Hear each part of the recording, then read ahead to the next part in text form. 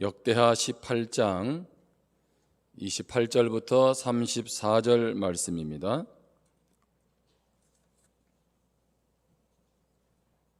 역대하 18장 28절부터 34절까지의 말씀을 제가 봉독하겠습니다. 이스라엘 왕과 유다 왕 여호사밧이 길앗 라못으로 올라가니라. 이스라엘 왕이 여호사밧에게 이르되 나는 변장하고 전쟁터로 들어가려니 하노니 당신은 왕복을 입으소서 하고 이스라엘 왕이 변장하고 둘이 전쟁터로 들어가니라. 아람 왕이 그의 병거 지휘관들에게 이미 명령하여 이르기를 너희는 작은 자나 큰 자나 더불어 싸우지 말고 오직 이스라엘 왕하고만 싸우라 한지라. 병거의 지휘관들이 여호사밧을 보고 이르되 이가 이스라엘 왕이라 하고 돌아서서 그와 싸우려 한즉 여호사밧이 소리를 지르매 여호와께서 그를 도우시며 하나님이 그들을 감동시키사 그를 떠나가게 하신지라. 병거의 지휘관들이 그가 이스라엘 왕이 아님을 보고 추격을 거치고 돌아갔더라. 한 사람이 무심코 활을 당겨 이스라엘 왕의 갑옷 솔기를 쏜지라. 왕이 그의 병거 모는 자에게 이르되 내가 부상하였으니 내 손을 돌려 나를 진중에서 나가게 하라 하였으나 이날에 전쟁이 맹렬하였으므로 이스라엘 왕이 병거에서 겨우 지탱하며 저녁 때까지 아람 사람을 막다가 해가 질 즈음에 죽었더라. 아멘.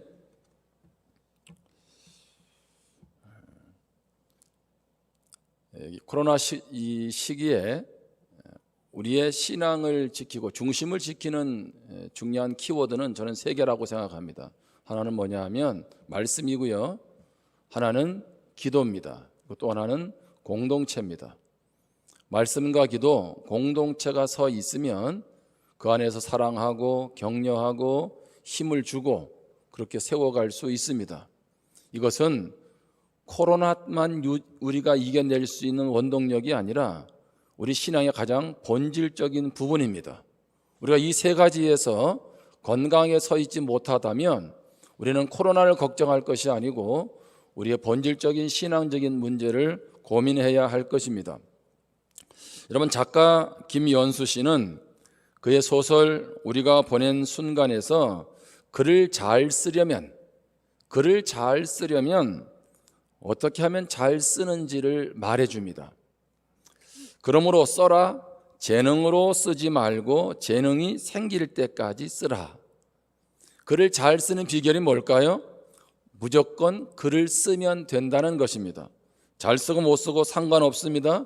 꾸준히 많이 끝까지 쓰다 보면 좋은 글 나온다는 것입니다. 작가 존 메이슨은 이런 말을 했습니다. 성공하라. 못을 박으려면 지속성이라는 해머가 필요하다. 성공하기 위해서 여러분 마치 못을 박으려면 어떻게 합니까? 계속 못을 박기 위해서 망치로 두드려야 하잖아요. 매일매일 인내와 지속성이 성공하는 인생이 되게 한다는 것입니다. 인생에서 원하는 수준에 도달하기 위해서 지속성이 필요하듯 신앙도 주님을 닮아가기 위해서 끊임없이 지속적인 삶으로 나아가야 될 것입니다. 우리가 지속적으로 나아가야 될 신앙의 길이 무엇일까요? 우리 지난주에도 나누었지만 그 길은 바로 다윗의 길입니다. 다윗의 길. 다윗의 길은 믿음의 길입니다. 하나님이 기뻐하시는 길입니다. 다윗의 길은 주님과 동행하는 길입니다. 주님이 기뻐하시는 삶을, 그래서 주인된 삶을 주님이 되시도록 살아가는 삶입니다. 그러므로 다윗의 길로 가면 형통하고 축복되다고 말씀하고 있습니다. 여전히 코로나 앞에서 우리의 삶이 어떻게 될까 염려하고 걱정하는데 우리의 삶의 형통, 우리의 삶의 축복은 다윗의 길로 가는 것에 있다고 성경은 말씀하고 있습니다. 그런데 꼭 이 길로 가는 것은 아니죠. 그럼에도 이 길로 간 사람들이 있습니다. 자, 역대하 17장 3절에 보면 여호와께서 여호사밧과 함께 하셨으니 이는 그가 그의 조상 다윗의 처음 길로 행하여 바알들에게 구하지 아니하고 하나님이 여호사밧 왕을 축복하십니다. 근데 그가 다윗의 길로 행했다라고 말씀하고 있습니다. 다윗의 길이 축복의 길이라면, 형통의 길이라면 가지 말아야 할 길, 다시 말하면 망하는 길도 있다는 것입니다. 그 길을 성경은 여로보암의 길, 아합의 길이라고 말씀하고 있습니다.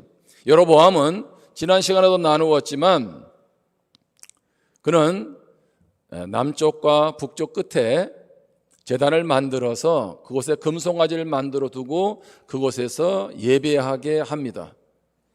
제사장들을 자기 마음대로 직위해서 해제를 시키죠. 그리고 자기 마음대로 백성들 가운데서 제사장을 뽑습니다. 절기도 이무대로 지킵니다. 한마디로 말하면 이스라엘 백성들이 죄악의 길로, 우상 숭배의 길로 가도록 만든 장본인이 바로 여로보암입니다. 뿐만 아니라 북이스라엘에 아합 왕이 있었습니다. 이스라엘 역사에서 가장 어두웠던 시기, 영적으로 타락했던 시기, 암울한 시기가 언제냐면 바로 아합 왕 때입니다.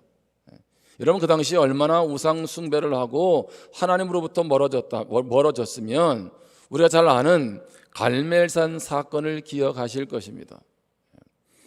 바알과 아세라 선지자 850명과 엘리야가 맞짱을 뜨는 것 아니겠어요? 갈멜산에서 어느 신이 참신인지 여러분 한번 생각을 해보십시오.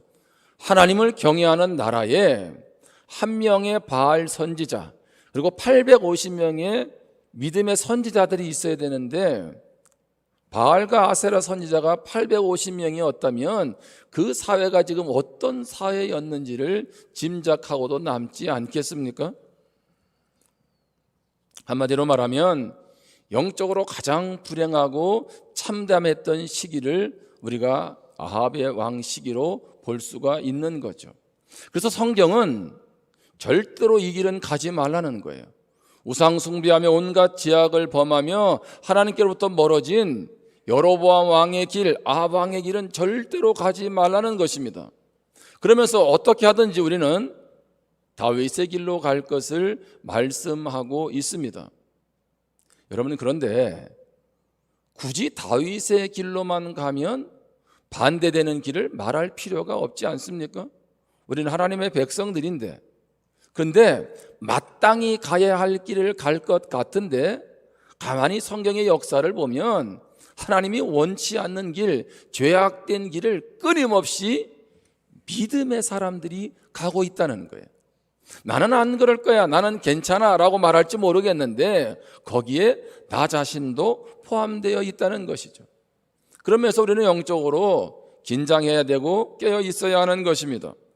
오늘 본문은 이스라엘 왕 아합과 방금 전에 얘기했던 그 아합 왕과 남유다의 왕 여호사밧이 요단 동편에 있는 아람 왕이 차지하고 있는 길르앗 라못으로 전쟁을 하러 가는 장면입니다.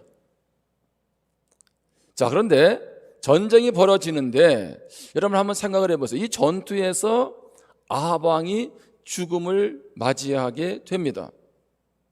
근데 왜 북이스라엘 왕 아합이 길르앗 라못을 치는데 남유다 왕인 여호사밧도 동참을 했을까요? 두 사람은 사돈지간이 됐어요. 여호사밧의 아들 여호람과 아합 왕의 딸 아달랴가 결혼을 하게 됩니다. 정략적인 결혼이죠. 근데 그 당시에 아합 왕 북이스라엘이 좀 더 힘이 있었습니다. 그러니까 함께 하지 않을 수 없는 그러한 상황이었습니다. 역대하 18장 33절입니다. 한 사람이 무심코 활을 당겨 이스라엘 왕의 아합 왕의 갑옷 솔기를 쏜지라. 왕이 그의 병거 모는 자에게 이르되 내가 부상하였으니 내 손을 돌려 나를 진중에서 나가게 하라 하였으나. 아합 왕은요, 길앗 라못에 올라가면 반드시 승리할 것을 그는 알고 있었습니다. 이미 이전에 승리의 경험이 있었습니다. 그런데 아합 왕이 이 전쟁에서 어떤 사람이 쉽게 말하면 그 아람 왕 병사가 무심코 활을 당겼어요. 이게 무심코라는 말은 우연이죠. 활을 쐈는데 그 활이 이스라엘 왕의 갑옷 솔기에 맞게 됩니다. 그리고 전쟁이 치열하다 보니까 이 전쟁에서 아합 왕이 죽음을 맞이하게 됩니다. 한번 생각을 해보세요. 왕은 어떤 갑옷을 입을까요? 병사들보다도 더 좋은 갑옷 입지 않겠습니까? 자기를 지키기 위해서. 근데 그 갑옷에 보면 여러분 이렇게 치렁치렁한 거 있잖아요. 이렇게 그 비늘 같은 것이 있지 않습니까? 그런데 솔기라는 것은 그 비늘과 비늘 사이에 그 이음새를 뜻하는 거예요. 아니, 하고 많은 그 곳 중에 그 이음새에 맞아가지고 피를 흘려 죽는 거예요. 우리가 볼 때는 그럴 수도 있지라고 생각할지 모르겠는데, 여러분, 여러분, 왕이 전쟁을 나가면 그 주변에 호위무사들이 있잖아요. 왕을 대신해서 죽으려고 하는 사람들. 그럼 얼마나 그 앞에서 아합 왕을 호위하면서 보호했겠습니까? 근데 하필이면 일부러 겨냥해서 아합 왕을 죽이려고 해서 쏜 화살이 아니고 아마 어떤 병사가 쐈겠죠. 그냥 쐈는데 그게 하필이면 아합 왕, 그것도 갑옷 솔기에 맞아서 이음새에 맞아가지고 죽음을 맞이하게 된다는 것입니다. 그래서 이런 죽음을 개죽음이라고 해야 될지, 여러분 그렇게 기세등등하고 힘이 있었고, 여러분 성경의 역사보다 일반 역사에서는 그 아합 왕 가문의 오므리 왕조를 대단한 왕조로 치거든요. 근데 그렇게 해서 아합이 최후를 맞이하게 되는 것입니다. 우리가 생각할 때는 말 그대로 그냥 무심코 갑자기 아합이 최후를 맞이했습니다. 아합도 아마 그렇게 느꼈겠죠. 그런데 우리가 한 발 뒤로 물러서서 하나님 편에서 바라보면 과연 아합의 죽음은 갑작스러운 죽음이었을까요? 무심코 우연히 그렇게 일어난 일이었느냐라고 하는 것입니다. 여러분, 하나님의 사전에는 갑자기란 말이 없어요. 우연이란 말이 없습니다. 그런 단어가 하나님 사전에는 없습니다. 그러기에 하나님은 우리의 모든 삶을 섭리하시는 줄 믿습니다. 우리에게 일어나는 이 코로나도 크게 보면 하나님의 섭리 가운데 있습니다. 그러므로 우리는 이 아합의 죽음 앞에서 무엇을 깨달아야 합니까? 아합 편에서는 갑작스러운 죽음인 것 같지만 이것은 이미 수차례 하나님의 경고를 무시한 결과라고 하는 것입니다. 여러분, 우리 사람이 질병에 들잖아, 그렇죠? 이런 병에 걸릴 때에 그 전조 증상이 있지 않습니까? 그 병마다. 여러분, 몸살이 올 때 어떻게 와요? 몸이 약간 좀 으실으실하지 않습니까? 그러면 이거 몸살이 오나 보다, 빨리 조치를 취해야지. 여러분, 그렇게 취하잖아요. 그러니까 어떤 병도 보면 전조 증상이 있습니다. 그때 잘 대비하면 되는 것이죠. 여러분, 하인리히 법칙이라고 들어보셨죠? 옆에 분에게 물어보세요. 물어보시려니까. 좌우 살피겠습니다. 좌우. 제가 이렇게 살피는 것은 정확하게 두 분이 졸고 있기 때문에 깨우라는 얘기예요.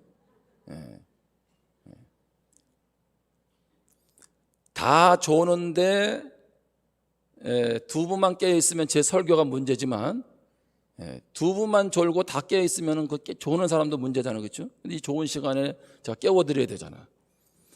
하인리 법칙이라는 것은 한 번에 큰 재해가 있기 전에 그와 관련된 작은 사고나 징후들이 일어난다는 법칙입니다. 제가 예전에 한번 설명을 드렸어요.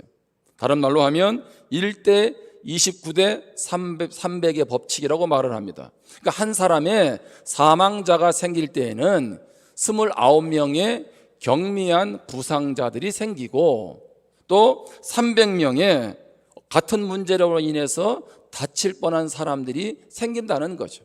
그러니까 한 사람의 죽음은 그냥 죽는 게 아니라는 거예요. 이미 무엇이 있었어요? 전조 증상이 있었다는 거죠. 그러니까 사전에 예방을 하면 된다는 거죠. 마찬가지로 우리의 신앙도 그렇습니다. 어느 날 갑자기 우리 인생이 큰 문제 앞에 봉착하기 전에 우리는 스스로를 돌아보아야 하는 것입니다. 어떻게 해요? 내가 지금 여로보암 아합 왕의 길로 가고 있는지, 아니면 다윗의 길로 가고 있는지를 돌아보아야 한다는 것입니다. 지난 시간에서 우리가 다윗의 길로 가기 위해서 어떻게 해야 할까요? 오늘 본문 전후로 많은 우리가 깨달을 경고들이, 지혜들이 있지만 두 가지만 살펴보겠습니다. 첫 번째는 살리는 말을 들어야 합니다. 살리는 말, 어렵지 않죠? 우리가 듣고 싶은 말만 우리는 들으려고 합니다. 다른 사람과 대화를 할 때도 듣고 싶은 말만 들으려는 성향이 있습니다. 이런 것을 우리가 칵테일 효과라고도 합니다. 나하고 이 앞에 있는 사람하고 이렇게 이제 음료를 마시면서 대화를 하는 거죠. 그런데 저 멀리에서 나의 사업이나 나의 가정이나 나와 뭔가 연관된 이야기를 하게 되면 앞에 있는 사람이 아니라 저쪽에 있는 사람의 말에 귀를 기울인다는 겁니다. 여러분도 그런 경험들이 있으시죠? 다시 말하면 사람들은 들어야 할 말보다 듣고 싶은 말에 귀를 기울인다는 것입니다. 들어야 할 말은 무엇일까요? 바로 살리는 말입니다. 우리는 끊임없이 듣고 싶은 말보다는 들어야 할 말을 들어야 합니다. 여호사밧과 아합 왕은 아람 왕의 땅 길르앗라못을 치려고 합니다. 이때 여호사밧이 이제 아합 왕에게 말을 합니다. 역대하 18장 4절입니다. 여호사밧이 또 이스라엘 왕에게 이르되 청하건대 먼저 여호와의 말씀이 어떠하신지 오늘 물어보소서 하더라. 여호사밧이 아합 왕에게 말하죠. 하나님이 이 전쟁에 대해서 어떻게 하시는지 좀 물어보자. 그랬더니 아합이 뭐라 그랬냐면 다른 선지자들한테 물어봤어요. 그게 몇 명이냐면 400명이에요. 근데 400명이 다 뭐라고 얘기하냐면 왕이시여 올라가시면 전쟁에서 승리하게 될 것입니다. 길르앗 라못 얻을 수 있습니다. 이렇게 하면서 왕에게 말을 합니다. 자, 그러자 여호사밧이 그랬어요. 또 다른 사람에게 물어볼 사람이 없냐고. 역대하 18장 7절입니다. 이스라엘 왕이 여호사밧에게 이르되 아직도 이물라의 아들 미가야 한 사람이 있으니 그로 말미암아 여호와께 물을 수 있으나 그는 내게 대하여 좋은 일로는 예언하지 아니하고 항상 나쁜 일로만 예언하기로 내가 그를 미워하나이다 하더라. 여호사밧이 이르되 왕은 그런 말씀을 마소서 하니. 지금 이스라엘 왕 아합이 뭐라고 말하고 있습니까? 한 사람이 더 있다는 거예요. 근데 그는 누구냐 하면 미가야. 근데 미가야는 예언을 하는데 나에게 좋은 일로 예언하지 않고 항상 나쁜 일로만 예언한다는 거예요. 이런 미가야가 예언을 잘못하는 걸까요? 그게 아니죠. 아합 왕은 미가야가 예언할 때마다 자기가 듣고 싶은 얘기가 아니라 듣고 싶지 않은 말을 한다는 것입니다. 그래서 왕이 여호사밧의 그 청을 받아서 이제 미가야 선지자를 데리고 옵니다. 두 왕이 앞에 있습니다. 이제 미가야 선지자가 두 왕 앞에서 하나님의 말씀을 전합니다. 역대하 18장 16절입니다. 그가 이르되 내가 보니 온 이스라엘이 목자 없는 양같이 산에 흩어졌는데 여호와의 말씀이 이 무리가 주인이 없으니 각각 평안히 자기들의 집으로 돌아갈 것이니라 하셨나이다 하는지라. 이게 무슨 얘기냐 하면 미가의 예언은 그것입니다. 이제 이스라엘 백성들이 주인 없는 양처럼 된다는 거죠. 이 말은 무슨 얘기예요? 아합 왕 당신은 이 전쟁에 올라가서 죽음을 맞이하게 될 것입니다. 그리고 백성들은 집으로 뿔뿔이 흩어지게 될 거라는 거죠. 여러분 이 말을 듣고 그러면 아합은 어떻게 반응해야 됩니까? 내가 듣고 싶은 말이 아니더라도 내가 이 전쟁에서 죽을 수가 있구나. 그럼 어떻게 해야 돼요? 가지 말아야죠. 그런데 어떻게 합니까? 이놈이 저 400명 선지자들은 다 전쟁에서 승리한다고 하는데 이놈만 지금 부정적인 말을 하니까 감옥에 집어넣으라는 거죠. 내가 전쟁에 승리하고 돌아와서 그때는 더 본때를 보여주겠다라고 그렇게 말을 합니다. 아합 왕은 그렇게 말하고 돌아오지 못했죠. 왜 그랬어요?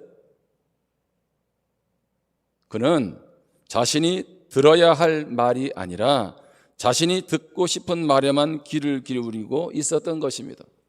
듣고 싶지 않은 말이라도 자신을 살리는 말이기에 들어야 합니다. 그런데 듣지 않습니다. 로마서 10장 17절에 보면 그러므로 믿음은 들음에서 나며 들음은 그리스도의 말씀으로 말미암았느니라. 성경은 뭐라고 말하고 있습니까? 믿음은 들음에서 납니다. 여러분, 그래서 오늘도 우리가 말씀에 귀를 기울입니다. 무엇을 듣느냐가 중요합니다. 여러분, 지금 여러분 계속 여러분의 귀에 들려오는 소리는 뭡니까? 코로나, 코로나, 코로나.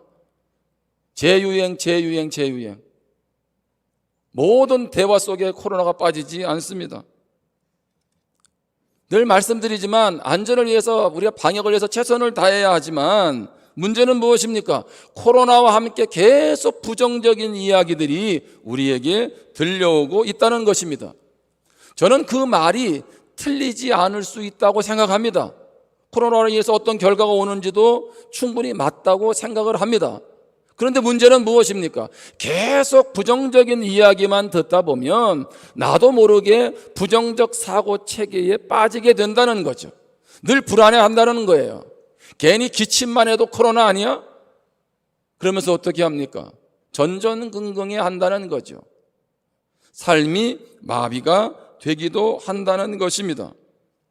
그런데 우리가 왜 하나님의 말씀에 자꾸 귀를 기울이고 오늘도 예배 자리로 옵니까? 그것은 하나님의 말씀은 생명의 말씀이고 우리를 살리는 능력의 말씀이기 때문인 줄 믿습니다. 오늘 하나님의 말씀을 여러분 들으면서 죄 지으라는 얘기 들어보셨어요? 하나님 말씀 들으면서 목사가 근심하세요라는 말 들어보셨어요? 하나님 말씀 들으면서 잘못된 길로 가라고 남과 이간질하는 말 들어보셨습니까? 그런 말 하나도 없잖아요. 여러분, 말씀을 가만히 들어보면 하나님의 말씀은 다 살리는 말씀이었지 부정적인 말씀이 어디에 있느냐는 거죠. 그래서 우리는 오늘도 이 아침에 힘들고 어려운 이 시대일수록 살리는 말씀, 하나님의 말씀에 귀를 기울이는 줄 믿습니다. 디모데후서 3장 16절에 보면 모든 성경은 하나님의 감동으로 된 것으로 교훈과 책망과 바르게 함과 의로 교육하기에 유익하니, 하나님의 말씀은 유익하다는 거예요. 여러분 기억하십시오. 하나님의 말씀은 하나도 유익이 없는 것, 불이익을 주는 것이 없다는 거예요. 범사에 유익하다는 겁니다. 근데 목사님, 교훈은 좋고 바르게 하는 것도 좋고 의료교육에 하는 것도 좋은데 책망은 좀 싫어요. 하나님은 왜 책망하세요? 그것은 우리에게 유익이 되기 때문인 줄 믿습니다. 여러분, 잘못된 길로 가면, 아합의 길로 가면 당연히 미가야처럼 말하는 것이 그것이 정상이 아닙니까? 그것이 살리는 길이잖아요. 여러분, 만약에 설교를 들을 때에도 우리는 자꾸 듣고 싶은 말씀만 들으려는 경향이 있어요. 좀 뭔가 말씀이 찔림이 오면 이건 내가 지금 이 말씀은 아닌가 봐. 사실은 뭔가 말씀이 부딪혀 온다는 게요, 그게 축복입니다. 아멘? 왜? 그 말씀이 우리를 살리는 거거든요. 그럼 그 말씀 앞에 우리가 반응하고 때로는 찔리는 것이 있으면 돌아보면 되는 것입니다. 여러분, 아이들을 키울 때 주로 편식하는 아이들이 있죠. 편식은 뭐예요? 안 먹는 건 아니에요. 그런데 주로 자기 입맛에 맞는 것만 먹게 되죠. 여러분, 왜 편식이 안 좋아요? 영양 불균형이 오니까. 그래서 부모는 자꾸 자녀들이 골고루 음식을 먹도록 다양한 요리법을 생각해내지 않습니까? 저는 라면도 좋아해요. 다른 것도 많이 좋아하지만. 근데 제가 며칠 전에 컨디션이 좀 안 좋아서 이제 막 그랬더니 우리 이준상 집사님이 그러더라고요. 목사님, 이제 라면 좀 드시지 말라고. 장에 안 좋다고. 너무 자극적이라고. 여러분, 축구 선수 중에 이동국 선수라고 아세요? 이동국? 예. 여자분들은 축구 잘 싫어하지만 그래도 한 번씩 들어보셨을 거예요. 예. 이동국 선수가 얼마나 훌륭하면 40살 넘어서까지, 43살까지 축구 선수를 했잖아요. 남들은 축구 선수의 한갑 나이인데. 그래서 이동국 선수가 얼마 전에 은퇴했는데 그를 갖다가 축구계의 레전드, 전설적인 인물, 이렇게 표현을 합니다. 그만큼 뛰어난 선수죠. 제가 깜짝 놀란 게요, 이 이동국 선수가 23년 동안을 라면을 한 번도 안 먹었대. 이야, 근데 그걸 보면서요, 야, 레전드는 다르긴 다르다. 에? 라면 왜 안 먹었을까요? 당연히 몸이 안 좋으니까. 예수 믿는 사람은 술, 담배도 안 하지만 운동선수 중에도 술, 담배 안 하는 선수들 있잖아요. 왜? 몸이 안 좋으니까. 그리고 나서 은퇴하고 나서 라면을 먹는데요, 2개를 갖다가 순식간에 먹는데 얼마나 맛있게 먹는지 모르더라고요. 이야, 제가 그거 보면서 회개했어요. 이동국도 저렇게 자신을 관리하기 위해서 라면도 안 먹는데 목사인 나는 주님을 위해서 얼마나 나 자신을 관리하고 있는가. 여러분, 비판의 말을 듣는 것도 우리 인생에 큰 유익이 됩니다. 어진 학자를 다수 등용하고 신하들의 간언을 잘 듣기로 유명했던 중국 최고의 성군이 여러분 잘 아는 당태종이에요. 당태종. 그런데 당태종이 하루는 조정회의를 마치고 열이 받아가지고 집에 와서 중얼중얼거렸습니다. 뭐라 그랬냐면, 이놈의 시골 영감, 언젠가 내 손으로 그 목을 치겠다, 이렇게 얘기를 한 거예요.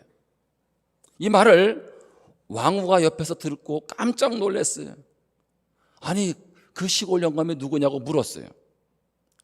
왕이 말합니다. 위증이라는 영감인데 언제나 신하들 앞에서 대놓고 나를 모욕하는데 더는 견딜 수가 없다고. 왕후가 조용히 물러가더니 정장으로 옷을 갈아입고 태종에게 나타나서 큰 절을 올렸습니다. 왕은 황당하잖아요. 갑자기 왕후가 옷을 잘 차려입고 자기에게 절을 하니까 왜 그러느냐고. 그때 왕후가 뭐라 그랬냐면, 폐하, 예로부터 임금이 현명하면 신하가 다 곧다고 하였습니다. 위증이 그처럼 곧은 말을 할 수 있다는 것은 바로 폐하가 현명하다는 증거입니다. 왕은 그 왕후의 말을 듣고 많은 깨달음을 얻게 됩니다. 아하, 그렇구나. 신하들이 나에게 충언을 할 수 있는 것은 그만큼 왕이 무엇해서? 현명해서, 품어서 그것이 가능하다는 거죠. 만약에 이 왕이 왕후의 말을 귀담아 들여지지 않았다면 충신을 잃을 뻔했을 것이고, 뿐만 아니라 그 이후에 충신은 나타나지 않았을 것입니다. 그러므로 우리는 비판의 말도, 듣기 싫은 말도 어떻게 해요? 들어야 합니다. 왜요? 그것이 살리는 말이기 때문에 그렇습니다. 두 번째 기억할 것은 아주 쉬운 얘기입니다. 살리는 말을 해야 합니다. 오늘 설교가 너무 어렵지 않죠? 살리는 말을 들어야도 하고 또 살리는 말을 해야 돼요. 여러분, 상대방이 말한다고 다 그것이 유익한 것은 아닙니다. 제가 일부 예배 이 설교를 하고 내려가서 안수 집사람들 운영회를 하는데 살리는 말이 발이 안 나오더라고. 잘 들을 것 같은데 내 생각이 바로 나가더라고요. 참 쉽지 않아요. 참 쉽지 않아. 여러분, 살리는 말이 뭘까요? 한번 따라 합시다. 살리는 말은 바른 길을 알려주는 것입니다. 많은 말들이 있어요. 근데 바른 길. 여러분, 아방 주변에는 시드기야를 비롯해서 400명의 선지자가 있었습니다. 그들이 왕에게 바른 말 하면 되잖아요. 하나님의 참된 말씀을 증거하면 되잖아요. 그런데 다 하나같이 거짓 예언합니다. 길앗 라못에 올라가서 전쟁하면 승리할 수 있습니다. 역대하 18장 5절 11절입니다. 이스라엘 왕이 이에 선지자 400명을 모으고 그들에게 이르되 우리가 길앗 라못에 가서 싸우랴 말랴 하니 그들이 이르되 올라가소서.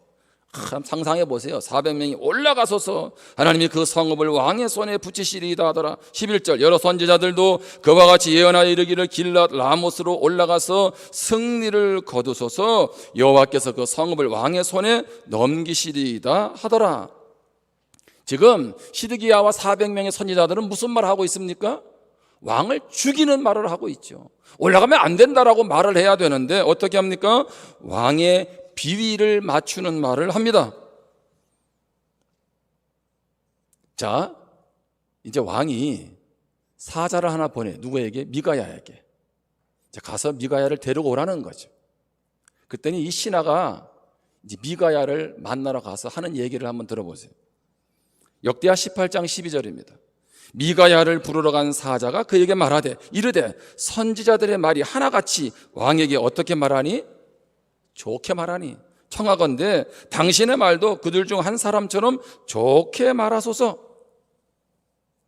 아니 사자가 지금 뭐라 그래요? 괜히 왕의 심기 불편하게 하지 말고 그냥 전쟁에 가서 그냥 남들이 다 승리한다고 했으니 당신도 그렇게 말하라고. 이러한 상황인데도 미가야는 어떻게 합니까? 아방 그리고 여호사밧 왕 앞에서 바른 길을 제시하죠. 길앗 라못으로 올라가면 당신은 전쟁에서 패할 것이고 죽음을 맞이하게 될 것입니다. 듣고 싶지 않죠, 죽는다는 말은. 그런데 뭐예요? 미가야는 이 말이 살리는 말이기 때문에 그대로 전한 것입니다. 우리는 바른 길보다 빠른 길 가려고 합니다. 힘든 길보다 쉬운 길을 가려고 합니다. 그러나 그 길은 망하는 길일 수 있습니다. 여러분, 바른 길은 그러면 어떤 길일까요? 좀 더 들어가 보면 바른 길은 좁은 길입니다. 마태복음 7장 13절 14절에 보면 좁은 문으로 들어가라. 멸망으로 인도하는 문은 크고 그 길이 넓어 그리로 들어가는 자가 많고 생명으로 인도하는 문은 좁고 길이 협착하여 찾는 이가 적음이라. 우리가 잘 알고 있는 예수님의 말씀이 무엇입니까? 넓은 문, 넓은 길이 있다는 거예요. 좁은 문, 좁은 길이 있다는 것입니다. 그런데 성경은 넓은 문, 넓은 길이 생명의 길이 아니고 그 길은 망하는 길이고 좁은 문, 좁은 길이 생명의 길이라고 말씀하고 있습니다. 여러분, 말 그대로 좁은 문은 좁은 길이죠. 찾는 이가 적습니다. 반면에 넓은 길은 어떤 길이에요? 찾는 이가 많습니다. 그러면 넓은 길은 뭘까요? 넓은 길은 쉬운 길입니다. 사상과 행동에 제약이 없고 한계가 없습니다. 결단과 희생, 도덕, 인격, 성숙이 필요 없는 길입니다. 이 길은 세상이 선호하는 편안한 길입니다. 인기 있는 길입니다. 철저히 내가 하고 싶은 대로 할 수 있는 자기중심적인 길입니다. 반면에 좁은 길은 힘든 길입니다. 이기적인 야망, 교만, 탐욕을 버리는 길입니다. 인기 없는 길입니다. 세상으로부터 따돌림을 당할 수 있는 길입니다. 철저히 예수님이 주인 되는 길입니다. 인간적으로 말하면 좁은 길은 피곤한 길입니다. 찾는 이가 적은 길입니다. 그런데 사는 길입니다. 여러분 꼭 기억하셔야 돼요. 내가 지금 사는 길로 가고 있는지 아니면 망하는 길로 가고 있는지, 모두가 가는 길이라고 해서 그 길이 우리에게 축복된 길은 아니라는 겁니다. 오늘 우리는 이러한 시대에 내가 가야 할 길이 무엇인지를 정확하게 말씀 앞에서 깨닫고 힘들고 어려워도 믿음의 길 가야 되는 줄 믿습니다. 우리는 시드기야와 400명의 선지자들처럼 다들 넓은 길로 가는데 뭐 굳이 나라고, 이럴 때 그냥 눈 한 번 감고 타협해서 돈 벌 수 있으면 되는 거 아니겠습니까? 뭐 예수 믿는 게 그렇게 대단하다고 그냥 적당히 그렇게 하고 나가면 되지. 여러분, 근데 그 길이 우리를 망하게 하는 길이라는 거예요. 힘들고 어려워도 주님이 원하시는 다윗의 길을 가야 되는 거예요.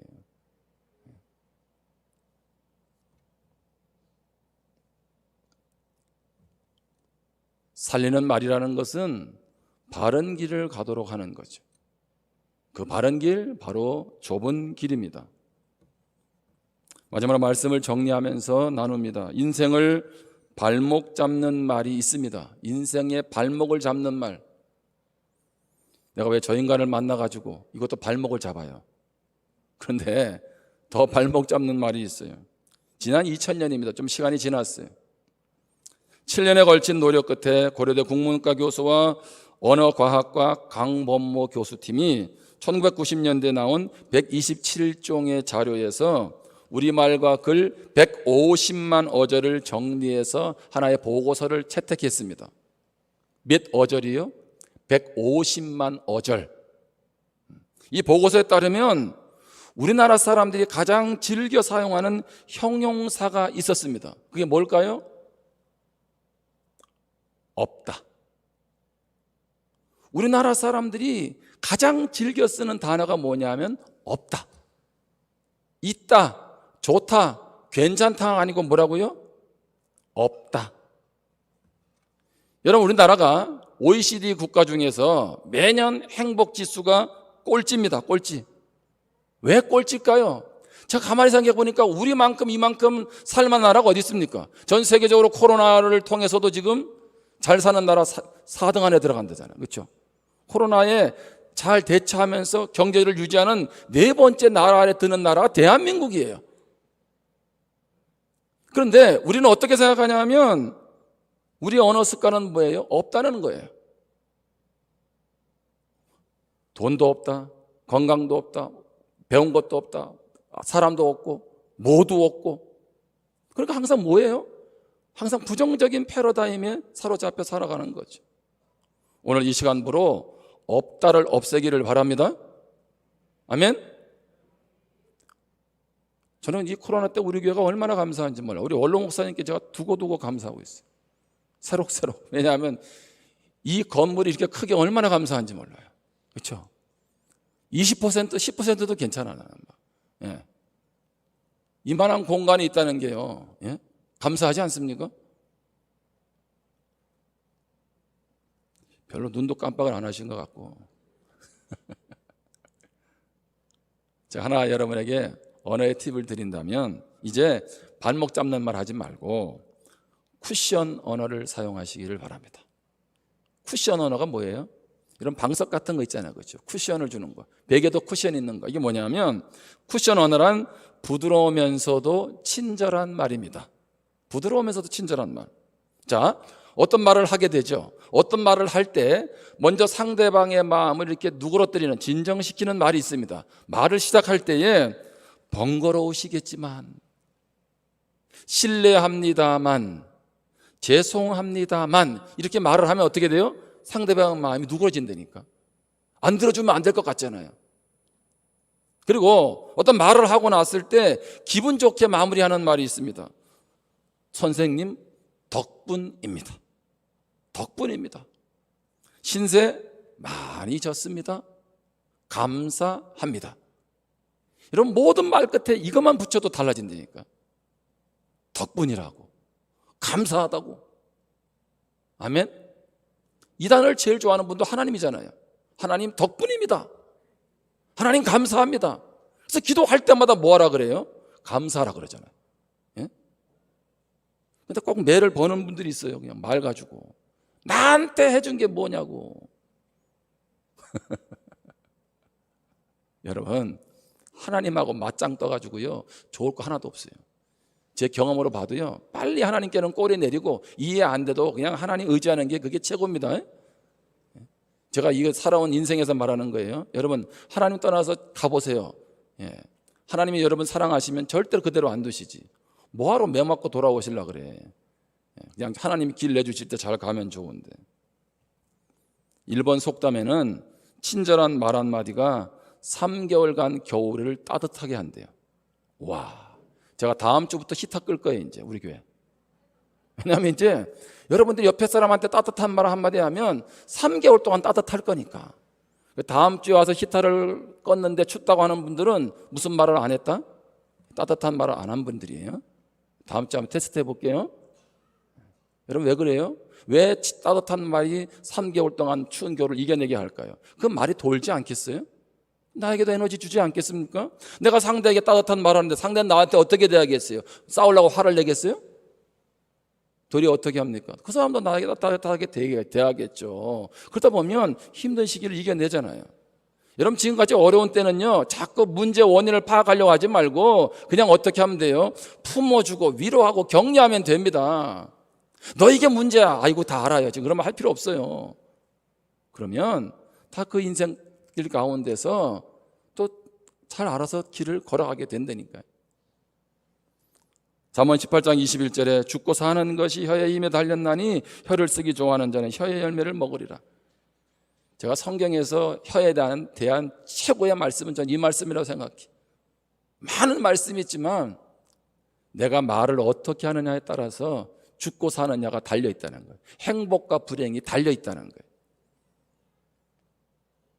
여러분, 마스크를 쓴 이유가 뭔지 알죠? 부정적인 말 하지 말라는 뜻입니다. 아멘? 제 해석이지만 그렇게 받아들이시면 되지. 야고보서 1장 26절은 누구든지 스스로 경건하다 생각하며 자기 혀를 재갈 물리지 아니하고 자기 마음을 속이면 이 사람의 경건은 헛것이라. 여기 자기 혀를 재갈 물리지 않는다는 뭘까요? 함부로 말하면.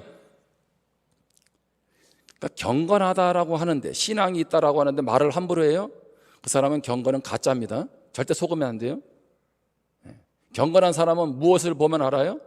말하는 거 보면 알아요. 말하는 거 보면. 오늘 우리의 언어가 복될 수 있기를 바랍니다. 다윗의 길로 평생 가기 위해서 우리는 살리는 말을 듣고 살리는 말 하시기를 바랍니다. 기도하겠습니다.